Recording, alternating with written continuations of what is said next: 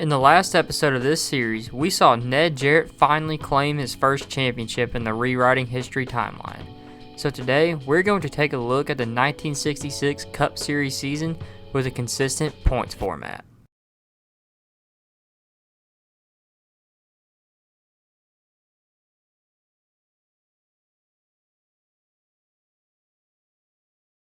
In 1966, we had 9 full-time drivers: Richard Petty, J.T. Putney, John Sears, Wendell Scott, James Hilton, Elmo Langley, Neil Castles, David Pearson, and Henley Gray. In the opening 8 races, only one full-time driver would win a race. That driver was Richard Petty, winning 2 races at the season opener at Augusta and then the Daytona 500. But interestingly enough, Richard Petty was only able to get to 4th due to missing 3 races, and the points leader would be David Pearson with a whopping 276-point advantage over J.T. Putney. Over the course of the next 8 races, J.T. Putney would slowly be phased out of contention. Meanwhile, David Pearson would do nothing but dominate, winning 4 races in a row at Hickory, Columbia, Greenville, and Winston-Salem.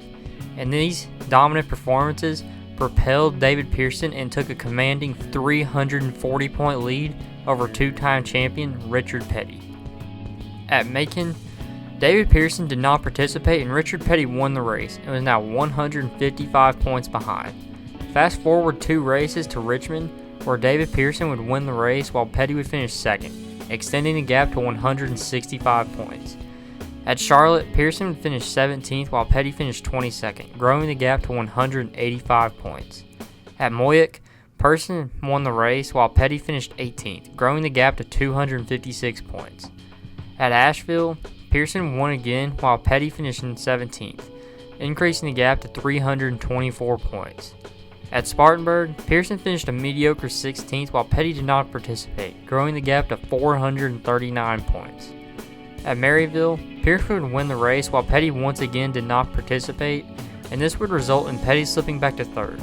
And now Elmo Langley would take 2nd, and he was now a gargantuan 567 points behind David Pearson. At Weaverville, Pearson finished 2nd while Langley finished in 11th, growing the gap to 612 points. At Beltsville, Langley finished 16th while Pearson finished 27th, closing the gap to 581 points. At Greenville, Pearson won the race while Langley finished 3rd, extending the gap to 601 points.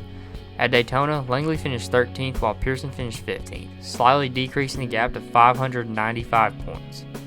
At Manassas, Langley would win the race while Pearson did not participate, taking a chunk out of Pearson's lead, and now the gap was 410 points. At Bridgehampton, Pearson would bounce back with a win while Langley finished 5th, growing the gap to 440 points. At Oxford, Pearson finished 7th while Langley finished 24th, growing the gap to 495 points. At Fonda, Pearson won the race while Langley finished 15th, and now, with 17 races to go, Langley needed nothing short of a miracle in order to catch Pearson. At Islip, Pearson finished 4th and Langley finished 5th, growing the gap to 567 points. At Bristol, Pearson finished 3rd and Langley finished 6th, growing the gap to 582 points. At Maryville, Pearson finished 2nd and Langley finished 26th, growing the gap to 676 points. At Nashville, Langley finished 17th while Pearson didn't participate, and the gap was now 564 points. At Atlanta, Langley finished 30th while Pearson finished 44th, shrinking the gap to 536 points. At Columbia, Pearson won the race while Langley finished 6th, growing the gap to 566 points. At Weaverville, Pearson finished 13th while Langley finished 22nd, extending the gap to 593 points. At Beltsville, Langley finished 2nd while Pearson did not participate, and now, with 9 races to go, Langley needed to make up at least 47 points per race. That's at least 7 positions every race. So Elmo Langley just simply needed a miracle in order to claim this championship. At Winston-Salem, David Pearson won the race while Langley finished 16th, growing the gap to 493 points. At the Southern 500 in Darlington, Pearson finished 3rd while Langley finished 18th, growing the gap to 554 points. At Hickory, Pearson won the race while Langley finished 12th, and Langley would slip back to 3rd, while John Sears would take 2nd place. He was now 611 points behind in 2nd.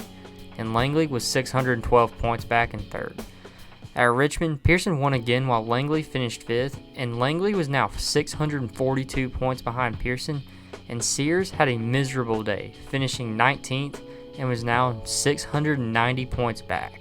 And with this, David Pearson would clinch the championship 5 races early and write his name in the history books as the 1966 Cup Series champion.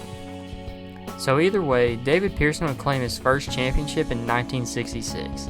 David Pearson would dominate the season despite 4 other drivers making more starts than him. But Pearson would be so consistent that it wouldn't even matter.